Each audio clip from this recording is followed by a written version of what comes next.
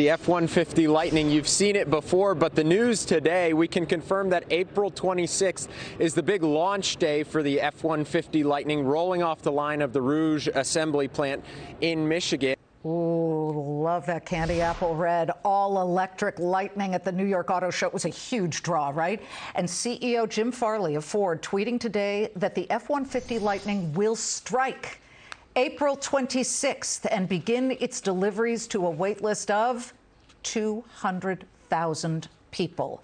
As we look at shares of Ford, it's more important to see not that it's up 1/3%, but that it's up about 26% year to date, I believe. Enter Charge year over year, rather. Enter Charge Enterprises. This is an EV charging and 5G wireless company that helps electrify the infrastructure of the future. Charge uplisted today on the Nasdaq under the ticker symbol CRGE.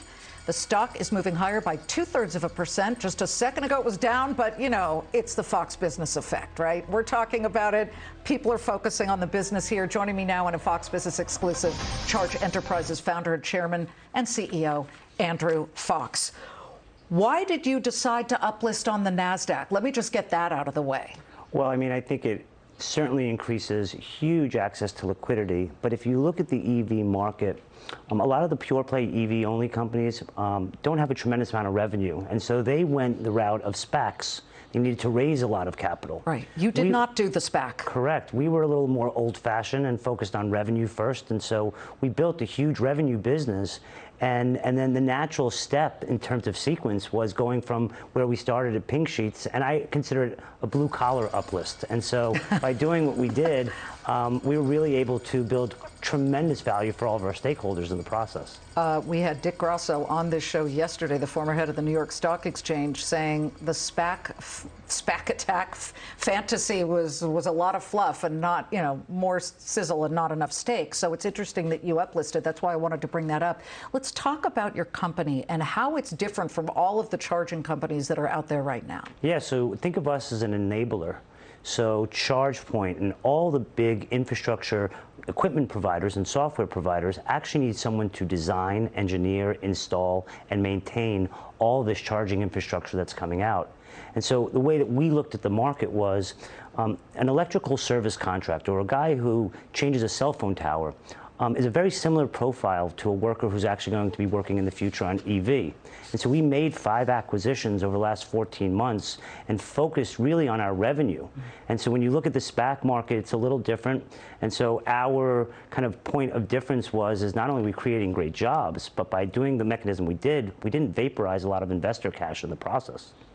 EVGO, Blink, Volta, these are all charging type of companies. You mentioned ChargePoint as well. You are not just in the business of helping build out charging for EVs. You go into 5G as well. I do want to just point out the Nasdaq is hitting session lows right now, but we always like to keep our viewers updated on everything. But, you know, talk to me about exactly how you're doing that and how it relates going from EVs, electric vehicles, to something like 5G. Well, so think about it like this. Today we're at 5G. But 35 years ago, we were at 1G. It's the exact same correlation in the EV space. Over the next 30 plus years, we're going to continue to add the second, third, and fourth, and fifth generation of charging infrastructure. And so I go back to this one point, which is very important. We looked at the prism differently as we were building the business. I did not want to raise a lot of equity to build.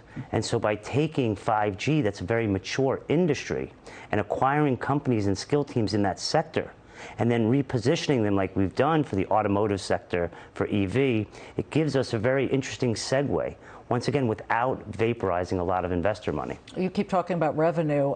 Tell me what your predicted revenue is. What can investors expect as far as growth is concerned for this brand new uplisting? Well, I mean, you know, in 2020, after our first year of operation, we did 84 million of revenue. Last year, we did 471 million of revenue. Okay, then. How about this year? So, you know, I think that there are disruptions in the global supply chain that will keep certain things from moving as fast as everybody would like. But I think that we'll be a huge beneficiary over the next 25 or 30 years of all this infrastructure that's coming out. A local kid from Queens made good. Congratulations. Listen, it's a huge deal to have a public listing here at the Nasdaq or any exchange here in New York. So I know it's a big day for you. A huge day, and I'm humbled by my team that helped me do it. We've assembled an unbelievable team, and I think the key to success in any business is not only market timing, but our team. Charge Enterprises is the company. Andrew Fox founded it. Soup to nuts. He's now the CEO. Good to see you. Thank you.